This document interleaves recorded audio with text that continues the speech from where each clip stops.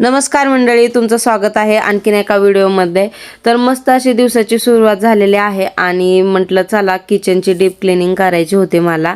तर सकाळची कामे मी लवकरच आवरून घेतले होते, जेवणही करून घेतलं होतं आणि म्हटलं आता ह्या कामाला वेळ लागणार होता, त्यामुळे सकाळची कामं पटकन आवरली होती। आता गुढीपाडवाही येतोय, म्हटलं चला किचन थोडंसं क्लीन करून घ्यावं। आता रोजच आपण क्लीन करतो, पण काय होतं आता उन्हाळ्यामुळे आहे ना धूळ खूप येते आणि त्यामुळे माझी खिडकीची जी जाळी आहे ना ती खूप अशी धुळेने चिकट झालेली आहे। तर म्हटलं चला, आणि रोज स्वयंपाक पण करतो, आपला जेवढा हात जाईल तिथपर्यंत आपण क्लीन करतच असतो, पण ज्या ठिकाणी हात वगैरे नाही आपला रोज जाऊ शकत त्या ठिकाणी तेलकट होतं, त्यामुळे म्हटलं आज किचन धुवूनच घेते स्वच्छ।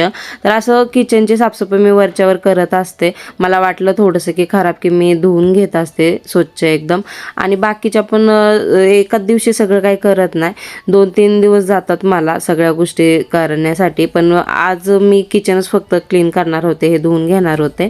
तर म्हटलं चला जाळ्या वगैरे काढून घेणार होते आणि मग त्याच्यानंतरून म्हटलं किचन पण क्लीन करून घेते। आता रोज रोज असं धुवून नाही होत, त्यामुळे कधी तर असं 15 दिवसातून 8-10 दिवसातून केलंच पाहिजे आपण असं स्वच्छ, त्यामुळे स्वच्छता राहते पण आणि आपल्यालाही छान वाटतं। तरी ते आर्यन मला हेल्प करत होता। आर्यनची सुट्टी होती, आज शनिवार होता आणि म्हटलं मम्मी मी हेल्प करतो तुला, कारण की वरती किचनवरती उभा राहिल्याच्या नंतर मला पाणी वगैरे देण्याची त्याची खूप हेल्प झाली, मला करत असतो तो अशी मला हेल्प।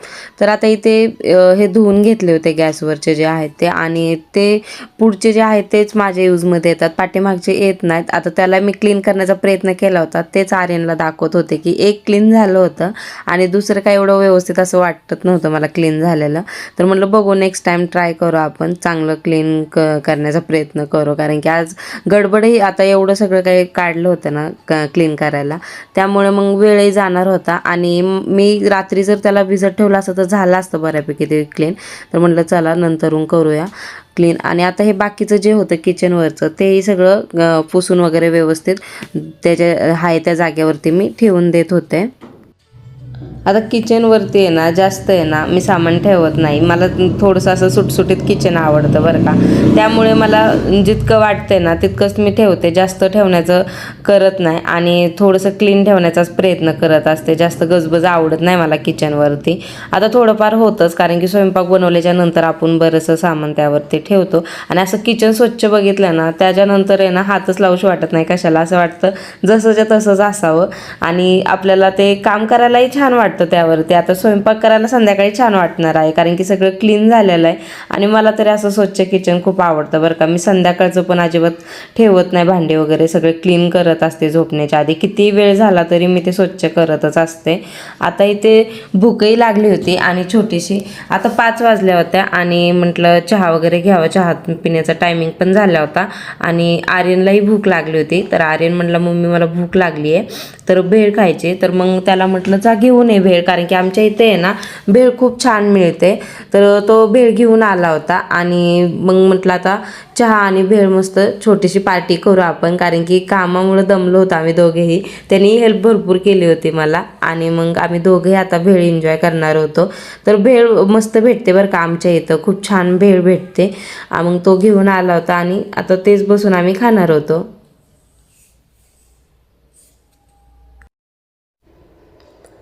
तर बघू शकता किती मस्त भेळ दिलेली आहे। आमच्या इथं भेळ जे देतात ना ते मटकी परत कांदा वगैरे सगळं चॉप करून देतात, लिंबू वगैरे सगळं काय देतात, खूप टेस्टी आहे इथली भेळ बरं का। तर आता मस्त अशी भेळ मिक्स केली होती आणि चहाही इकडे झाला होता। तर म्हटलं चला आता आर्यनला म्हटलं आपण दोघे बसून मस्त खाऊया। आणि आर्यन बसताना, आता तुम्ही खाताना त्याचे रिॲक्शन बघा फक्त, त्याला आवडली होती, भूक लागली होती त्याच्यामुळे आणखीन टेस्टी लागत होते त्याला। आणि मला तेही सांगत होता मी खेळायला जाणार आहे आता आणि 7 वाजेपर्यंत मम्मी खेळणार आहे आणि संध्याकाळी मला जेवणासाठी आहे ना शाही पनीर बनव, मला पनीर खाऊशे वाटतंय। तर म्हटलं ठीक आहे बनवते, आणि घरामध्ये पनीर होतं त्यामुळे म्हटलं चला त्याच्या आवडीची एक भाजी बनवूया आणि तुमच्याबरोबर पण रेसिपी शेअर करूया। तर काहीतरी बनवायचंच असतं आपल्याला, तर म्हटलं चला त्याच्या आवडीचं एखादं बनवलं तर तोही खुश होऊन जाईल। तर इथे मी पनीर बनवण्यासाठी सगळ्या गोष्टी चॉप करून घेतल्या होत्या आणि तुम्हालाही दाखवत होते। तरी ते खडा मसाले घेतले होते, थोडेसेच घेतले होते, थोडे थोडे क्वांटिटीमध्ये घ्यायचे. मगज बी घेतले होते, परत कस्तुरी मेथी, काजू आणि दही. तर ह्या सगळ्या गोष्टी घेतल्या होत्या आणि बाकीचं तर मी चॉप करून ठेवलंच होतं. अद्रक, लसूण, हिरवी मिरची 2-3 घेतल्या होत्या आणि कांदा.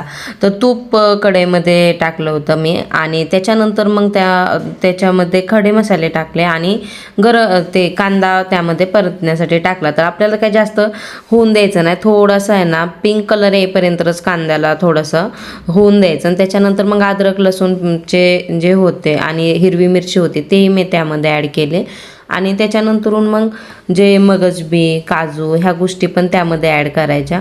आता हे थोडंसं होऊन देणार आणि मग त्याच्यानंतर त्यामध्ये त्या गोष्टी पण लगेच ॲड करणार, कारण की जास्त आपल्याला लाल होऊन द्यायचं नाही आहे कांदा, त्यामुळे.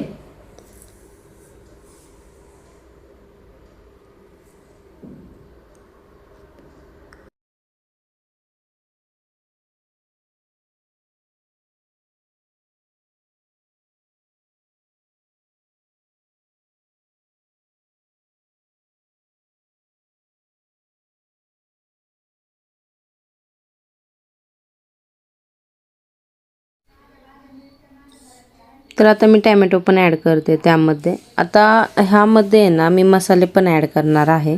मसाले नंतरही ॲड करणार आहे भाजीमध्ये, पण आता हे मसाला जो परतणार आहे त्यामध्ये पण थोडेसे आता मसाले ॲड करणार आहे. तरी ते मी मीठ टाकते.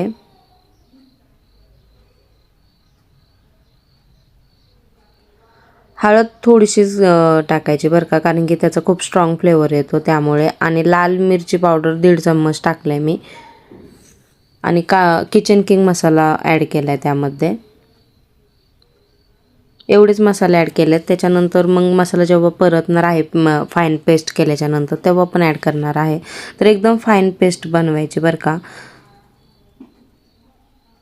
तर आता परत कढईमध्ये तूप आणि त्यामध्ये नंतर तो बारीक केलेला एकदम फाईन पेस्ट मी त्यामध्ये ॲड केली आणि खाली लागतं त्यामुळे त्याला छान फिरवून घ्यायचं बरं का. सारखं फिरवत राहायला लागतं, नाहीतर मग ते खाली काजू असल्यामुळे आहे ना खाली कढईला लागण्याची भीती असते, त्यामुळे सारखं असं फिरवत राहायला लागतं.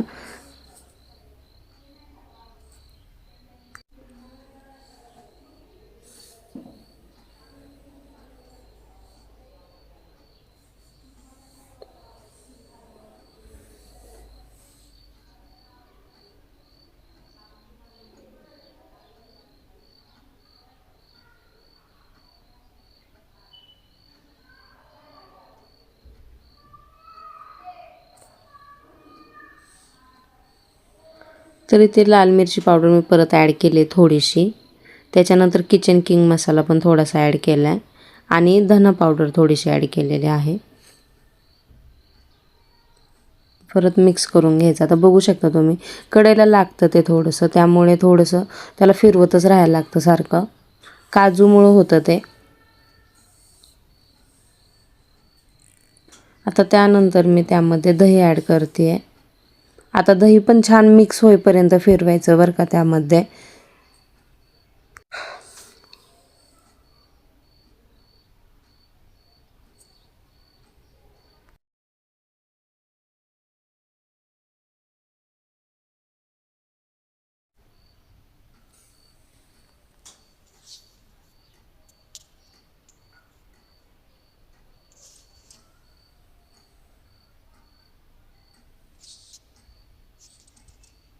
तर आता मी केचप थोडंसं ॲड करते त्यामध्ये. आंबट, गोड, तिखट असं मस्त फ्लेवर येतो बरं का भाजीला. नक्की करून बघा.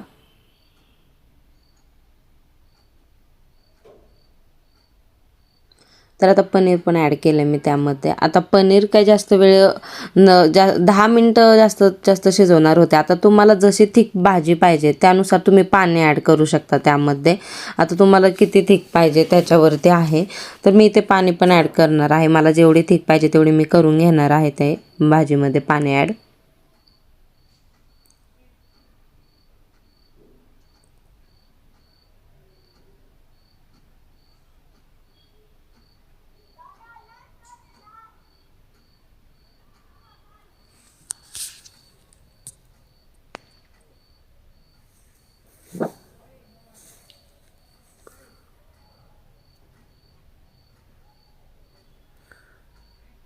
तर आता मी गरम मसाला ॲड केलेला आहे, त्यामध्ये पाणी ॲड केल्याच्यानंतर थोडीशी होऊन दिली, त्यानंतर गरम मसाला ॲड केला आणि कस्तुरी मेथी थोडीशी तव्यावरती गरम केली होती बरं का, आणि तीच हातावरती चोळून त्यामध्ये टाकत होते. त्याने छान फ्लेवर येतो भाजीला, मस्त बनते. तर आता ते ॲड करते मी त्यामध्ये कस्तुरी मेथी.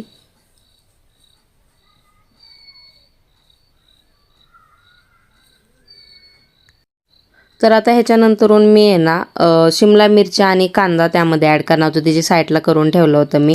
तर तुपामध्ये थोडंसं मी त्याला फ्राय करून घेतलं होतं, जास्त नाही करायचं, थोडं क्रंचीत छान लागतं त्यामध्ये. आणि एकदम लास्ट स्टेजला मी हे टाकलं होतं आणि आता गॅस बंद करणार होते.